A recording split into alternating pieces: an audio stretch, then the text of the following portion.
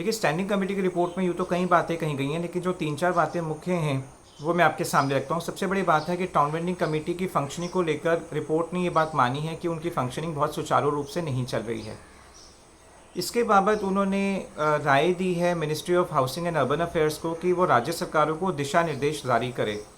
राज्य सरकार nodal officer appoint करें जो ये बात देखे कि क्या टाउन वेंडिंग कमेटीज़ की फंक्शनिंग ठीक से चल रही है कि नहीं, साल में उनकी 4-5 बार मीटिंग होती है या नहीं होती है, मीटिंग की भाषा लोकल लैंग्वेज हो, मीटिंग्स के जो मिनट्स ऑफ द मीटिंग हैं वो वेबसाइट पे अपलोड किए जाएं, राज्य सरकार के स्तर पर जो इसके मिनट्स ऑफ द मीटिंग है वो अपलोड किए जाएं और एजेंडा एडवांस में सर्कुलेट किया जाए।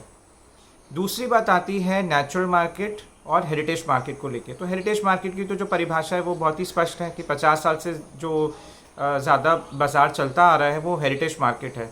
तो कमेटी रिपोर्ट में ये कहा गया है कि राज्य सरकार के स्तर पर ऐसे बाज़ारों की पहचान हो, उनका डेटा कंपाइल किया जाए और उनकी पहचान की जाए, उनको एक दर्जा दिया जाए ताकि पर्यटन को बढ़ावा मिले, व्यापार को बढ़ावा मिले। तीसरी बात पर आते हैं हैरेसमेंट की बात पर। तो हैरेसमेंट पे उन्होंने कहा कि हैरेसमेंट का डेटा कंपाइल होना बहुत ज़रूरी है। कानून किस हद तक लागू हुआ इस बारे में महुआ जो है और कुछ गैर सरकारी संस्था जैसे सेंटर फॉर सिविल सोसाइटी ने मिल करके भी काफ़ी डेटा इकट्ठा किया, 2-3 रिपोर्ट्स भी उन्होंने निकाली, लेकिन हैरेसमेंट पर अभी कोई डेटा इस तरह का नहीं आया है कि हैरेसमेंट कितनी होती है, कौन कौन से शहरों में ज़्यादा है, कौन से ऐसे बाज़ार हैं जहाँ पर हैरेसमेंट ज़्यादा होती है। तो हैरेसमेंट पे डेटा कंपाइल करने की ज़रूरत है, ये कमेटी रिपोर्ट ने लिखा। दूसरी बात, हैरेसमेंट को लेकर उन्होंने ये कहा है कि जो पुलिस ऑफिशियल्स हैं और सिविल ऑफिशियल्स हैं इनकी ट्रेनिंग्स होती हैं, तो इनको सेंसिटाइज करने की ज़रूरत है, उनकी ट्रेनिंग से पाठ्यक्रम में इस कानून को इंक्लूड करने की ज़रूरत है।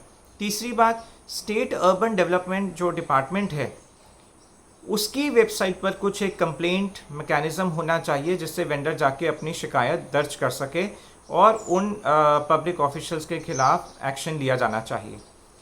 अब कमेटी की रिकमेंडेशंस तो बहुत अच्छी हैं, लेकिन इन जो रिकमेंडेशंस हैं इस पर मेरी ये राय है कि हैरेसमेंट की जहाँ तक हम बात करें तो कानून में कहीं ना कहीं एक खामी है कि हैरेसमेंट को पर क्या सज़ा होनी चाहिए या उस पब्लिक ऑफिशियल पे क्या जुर्माना होना चाहिए, ये कानून में नहीं दिया गया। और जब तक ये नहीं होगा तब तक पब्लिक ऑफिशियल्स के मन में कानून का डर नहीं होगा और हैरेसमेंट जारी रहेगी।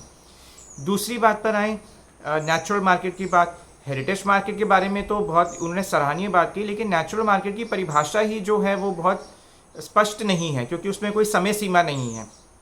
दूसरी बात कि उसको दर्जा देना लोकल अथॉरिटी के लेवल पर है, तो उसमें कानून में ऐसा प्रावधान भी होना चाहिए था कि एक तो समय सीमा तय हो कि भाई 3 साल, 5 साल, 7 साल या 10 साल, इतने साल से अगर कोई बाज़ार चला आ रहा है तो वो नेचुरल मार्केट है, नंबर 1। नंबर 2 कि वेंडर्स चाहें तो नेचुरल मार्केट की पहचान का एक दावा रख सकते हैं स्थानीय निकाय के आगे, और स्थानीय निकाय जो है वो 30 दिन, 60 दिन या 90 दिन के अंदर उस दावे की पड़ताल करके और उस पर अपना डिसीजन दे, उस पर निर्णय दे।